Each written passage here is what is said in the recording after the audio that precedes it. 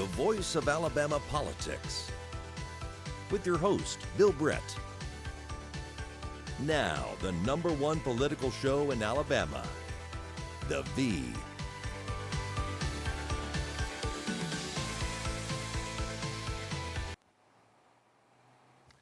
Coming to you live from the Lee County Courthouse, day 8 of the Mike Hubbard Criminal Trial. I'm Bill Britt. And I'm Susan Britt. I'm Beth Clayton. We're all here representing the V and the voice of Alabama politics. Well, it was a bizarre day, to say the least.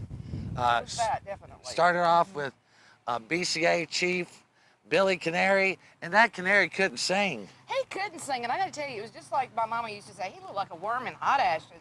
That boy couldn't wiggle in that chair more or try to wiggle around trying to tell the truth. It was funny listening to him downplay the BCA and their influence in Alabama. Right. Would you say they're one of the most influential lobbying groups in the state?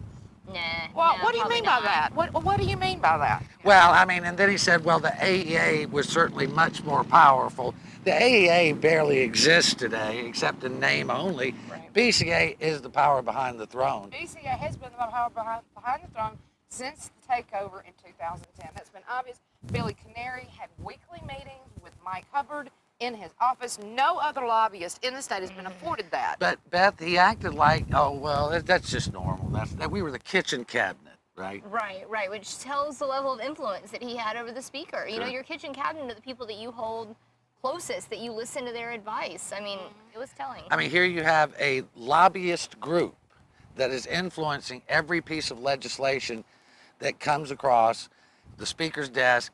And you know, he and Mike are such good friends. You know, Mike has been a blessing in his life. Could you believe that language? We were cracking up. I was in the press room for that part, and when he starts asking, Matt Hart asked, well, how did y'all get to be friends? And, well, you know, like all blessings in life, we had shared interests and shared values. Like, And okay, save me the homework Really, story. you know, and we're friends, and we've been friends, and we just kept getting closer and Now- closer, I was about to say. What- Close. Really?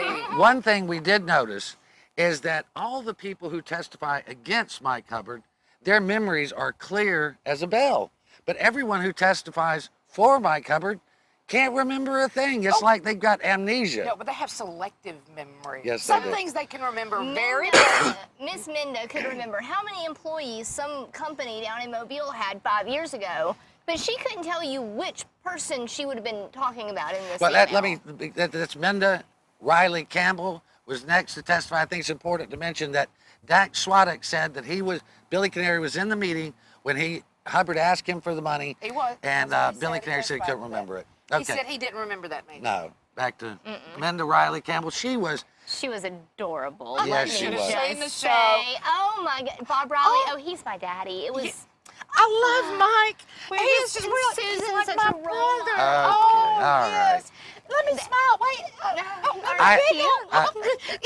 That's so funny. You didn't ask me anything, but I'm going to giggle anyway. all right. Let's get to some substance of this thing. That's about how annoying it was. Yeah, though, real it life. went on for hours. One of the reporters said that he couldn't figure out how anybody could smile so much and flirt so easily with people that she'd never met. Well, there's another one that said he couldn't decide if he wanted a barf bag or a gun. Yeah.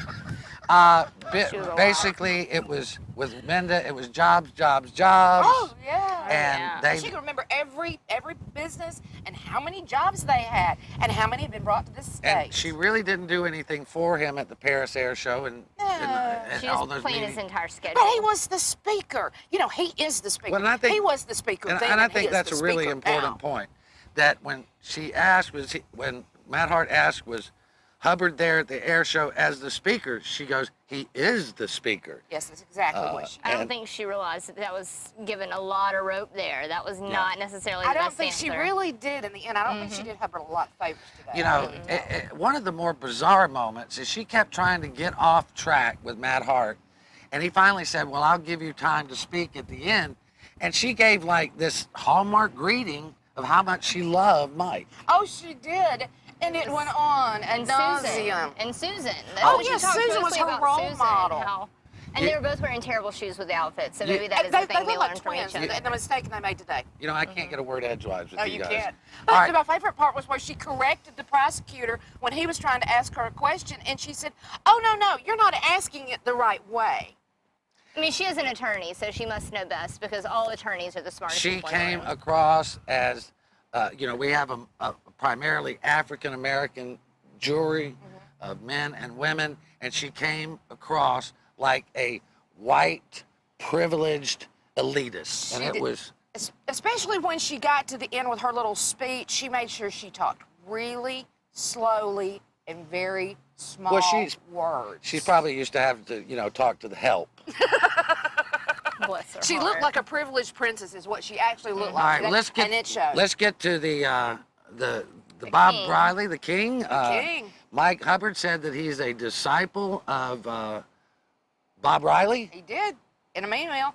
We've seen it. and Menda said, "Aren't we all?" Yes, you did. And Bob Riley lounged in his chair. He took the He mic did. off the stand and And flopped he it was around. propped back, and he is just, you know, this is a waste of my time. It was And insulting. it was very insulting. Especially, I felt it was insulting to the jurors that have been sitting there for 2 weeks. All of us that have been in that hot, sweaty courtroom, and he just couldn't really be bothered with all of this. And was laughing at the prosecution when he would ask him a question. Well, let me explain it.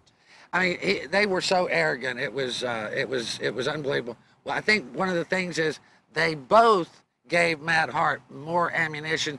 Matt Hart quickly took Bob Riley. It was on the stand for what, about an hour and 20 minutes? Yes. And he took him through a list of emails where Hubbard was asking for help, asking for money, asking to that's be a just a part joke. of. He said it was a joke, but you could see how desperate Mike Hubbard was. But he tried to play it off. Yeah, It was just a running joke between the two of them. Yeah, He didn't mean that it. was He didn't no want joke. anything That was out no of it. joke. No Hubbard joke. was desperate for money. Today was, all I can say is absolutely bizarre. You could see that Billy Canary was a squirming worm, and that the canary got the worm, I guess, or He was did. the worm. And it tasted his tail, and though. that the Rileys think they are the kings, the royalty of Alabama. I'm Bill Britt I'm Susan Britt. I'm Beth Clayton. for the V and the Alabama Political Reporter. See you on Monday. Bob Riley's back on the stand. Be right here with us.